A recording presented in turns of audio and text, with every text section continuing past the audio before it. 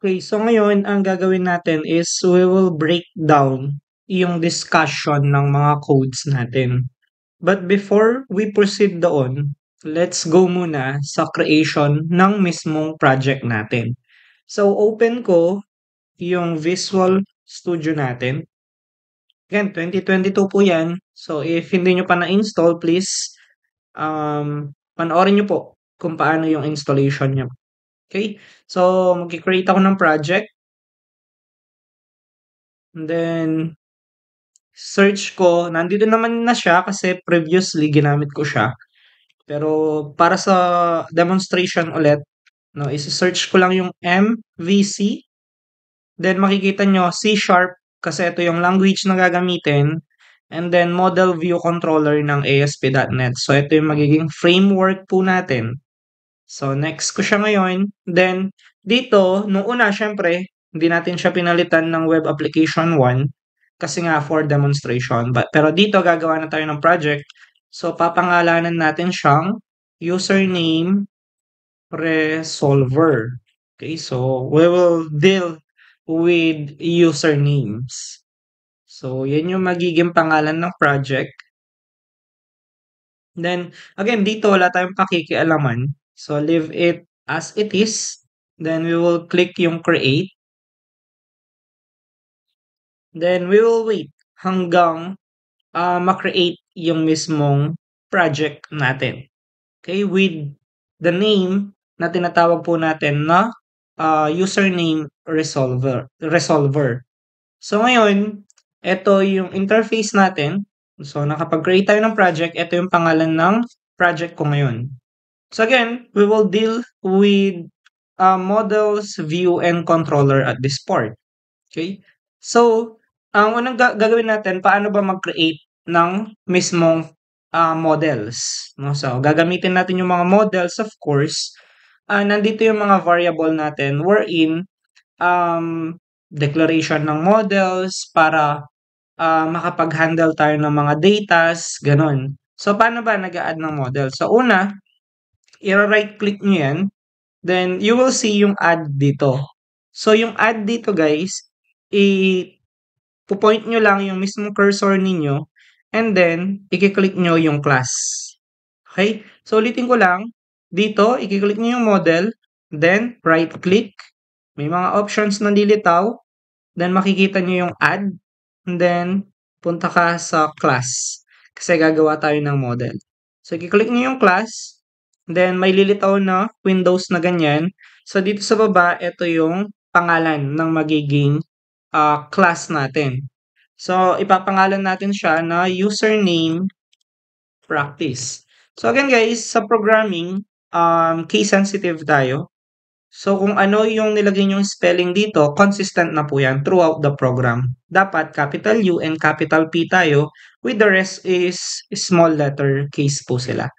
So, again, ang pangalan ng model ngayon natin ay username practice. Then, we will click yung add. Then, we'll wait hanggang ma-create. So, kung mapapansin nyo, eto ngayon, yung mismong project po natin, yung username resolver. Ito naman yung kinreate na class natin na username practice. So, dito ngayon, inside ng class, dito tayo magko-code or dito natin ilalagay yung mga models na meron tayo. Okay? So, ulitin ko lang. Ito yung project name, the whole project. Ito naman yung class name, wherein ito yung mag-handle ng mga models na i-create natin dito sa program natin. So, ganun lang mag-create ng project. I mean ng models. Now, let's move naman sa creation ng mismong controller natin. Okay. So, again, i-click niyo yan, right-click, add. But this time, hindi kayo pupunta sa class. Since controller po yung gagawin nyo, pupuntahan nyo po yung mismong controller po natin. Ulitin ko lang. Click natin yung controller, right-click, add, and then controller. So, i-click nyo yung controller again, may magpa-pop up dyan na windows wherein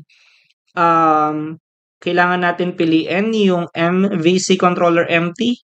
So, i-add natin yan. And then, again, Nakikita nyo, meron na namang interface. So, wala kayong papakialaman dito. Make sure na naka-choose dito is yung MVC controller empty. The rest, we'll leave it. And then, ito lang yung papalitan natin, yung mismong pangalan ng controller natin. So, ang gagawin natin, ipapangalan natin ay username practice controller. Okay. So, ito ngayon yung pangalan ng mismong controller nyo. So, i-add natin siya ngayon. Okay. So, as you can see, guys, meron tayong the whole project in here, yung username resolver nyo, and then we will extend yung properties ng mismong controller natin. Okay? So, kailangan kasi makapag-navigate tayo dito. So, ang controller natin, guys, basically, it do the process no, ng mismong program natin. Most of the time, calculations, ganun. Depende kung anong program na ginagawa ninyo, project na ginagawa nyo. Pero dito, yung processing ng data na meron tayo. So, eto ngayon yung mismong controllers po natin. Okay? So now, we do have yung controller natin. Now, kailangan kasi natin ditong mag-add ng new project o ng new folder and ipapangalan natin siya na service. So, since walang service na part dito. So, i-click natin tong username resolver natin. Okay? I-close nyo yan. Okay? And then, again, right-click ninyo. Then, makikita nyo ulit yung add. Then, makikita nyo yung folder. Then, click nyo yung folder ngayon. Then, ipapangalan natin sa folder na yan ay service. Okay? So, dito natin ilalagay yung review service ng mismong username natin. So, click natin siya, enter, para ma-create po yung folder na yan. And then, let me close this username resolver. Okay? After that, kailangan natin mag-create ng file dito. So, dito, ang gagawin natin, right-click, and then add, and then pupunta ka sa class. Since hindi naman siya controller, so basically, class po yung gagamitin natin. So, i-click natin yung class, and then, ilalagay natin dito, username review service. So, example, ito yung ginawa natin na project or class for service. So, these names, guys, ay example lamang. So, pag kayong gumawa, of course, it's different names sa mga models, controllers, and services na meron kayo. Nakadepende yun sa inyo. Pero for this example, of course, pinapakita ko lang sa inyo kung paano mag-create ng folder, paano mag-create ng files para sa mismong programming po natin. So, i-add ko lang siya. Then, that's it. Meron ka ng services ngayon na under ng resolver natin, which is yung mismong project. And then, ang pangalan ng class ngayon natin ay username review center. Okay? So, ngayon, ang gagawin natin is we will go naman sa view natin. Ang view naman natin, guys, is for user interface po natin siya. Okay? So, ang gagawin natin, i-click natin yan. Kailangan natin mag-create ng folder. So, mag-add tayo. Then, new folder. So, sa new folder natin, guys, kukunin natin yung yung word before yung controller. Okay, for example, yung word before controller is username practice. Yun yung kukunin natin or yun yung ipapangalan natin sa mismong folder natin sa view. It's a rule, guys, dito sa C# natin or sa framework natin na kailangan kung ano yung first name ng controller nyo, yun yung gagamitin nyo for your view. So, i-rename ko lang siya. Gagawin natin na user name practice. Yan. Then, okay na siya nun. So, nakapag-create ngayon tayo ng folder under ng view natin. So, ayun siya.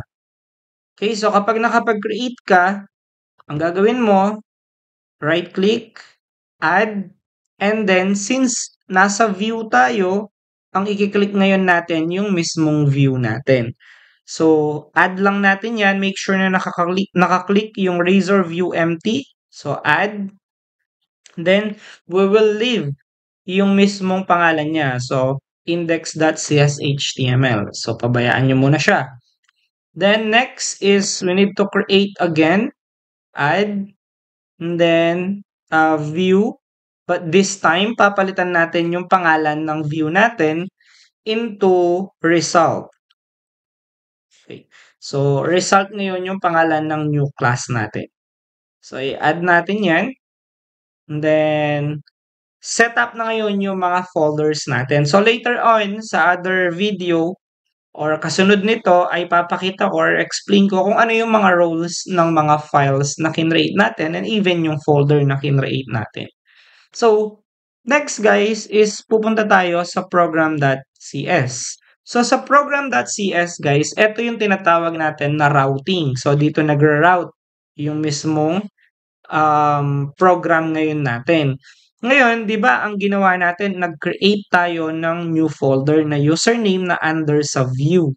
So, ang gagawin natin, para hindi kayo magkamali sa spelling, rename nyo, copy, and then ipipaste nyo ngayon dito sa mismong controller. Okay? Ngayon, mapapansin nyo, in action is equals to index. Ito po siya ngayon. Dito kasi yung mismo magiging user interface natin. Dito kayo magdi-design. Okay? Kaya sa program.cs, yun po yung nakalagay natin. So, we will try to run yung program natin. Tingnan natin kung ano yung magiging output ng program na ginawa natin. Kung ano yung makikita natin sa mismong web natin. Again, hindi po ito console, hindi po ito nasa CMD. So, yung mga output natin will be shown sa mismong browser po natin or sa web po natin. If you are using yung Google Chrome or if you are using anything no na web browser. So, dito guys, let's check yung don't ask me again and then click yung yes po natin. Then yes again. Then yes. Yes. So, yes lang guys. And then, we'll wait hanggang sa lumitaw yung mismong output po natin. So, naglo-loading lang siya. We'll wait para mag-run yung mismong program natin. So, wala pa tayong ginawa. No, we just created yung mga files kung saan tayo magko-code later on. And we also created one folder. Okay? So, makikita nyo guys, ito yung output ngayon natin. Nasa web tayo ngayon. Ang pangalan ng project ko ay username resolver. Tama? And then, wala pa tayong nakita kasi wala ka namang i-design eh. Okay? So, kapag yan yung nakita nyo guys, nirun nyo yung program, kagaya ng ginawa ko, kapag create kayo ng files and folder, ito yung nakita nyo, ibig sabihin, okay yung routing nyo. Okay? Tignan naman natin, no, kung gagawin natin ay gagawin natin siyang user num, yung mismong controller natin. Again, first rule, kailangan same yung first word niya before yung controller sa controller nyo. So, ngayon, username lang siya, hindi siya username practice. Okay? So, i-run natin ulit yung program. Titingnan natin kung ano yung magiging output natin. No? So, mapapansin nyo, ang sabi niya, this localhost page can't be found. No web page was found for the web HTTP localhost 7160. Ibig sabihin yan guys, yung mga kinreate natin na folder and even etong folder natin dito etong folder natin na index, itong index na ito sa username na under ng views ay hindi po nakikita ng mismong web po natin. Okay, so hindi siya nakikita dito. Okay, so yan yung magiging problema. Ngayon, if ever in the future, kasi ito yung madalas na problem ng mga students, na ito yung naging error nyo, nakita nyo localhost page can't be found, isa lang yan. Isa lang yung nagiging reason. Hindi niya nakikita yung index mo. Okay? So, it's either sa whole code mo ay mali yung tinatawag mo, hindi si index, or dito sa program CS mo ay hindi yung username practice or yung hindi yung first word ng controller mo yung tinatawag mo. So, ibabalik natin siya. Okay? So, ngayon, let's run it again. Kaya sabi ko sa inyo, very important yung spelling sa mismong program natin. So, as you can see, username resolver, yan yung project natin, and then ito yung output natin. So, I hope clear sa inyo kung paano mag-create ng project. So, this will be your next step para makapag-create po ng program sa subject po na ito.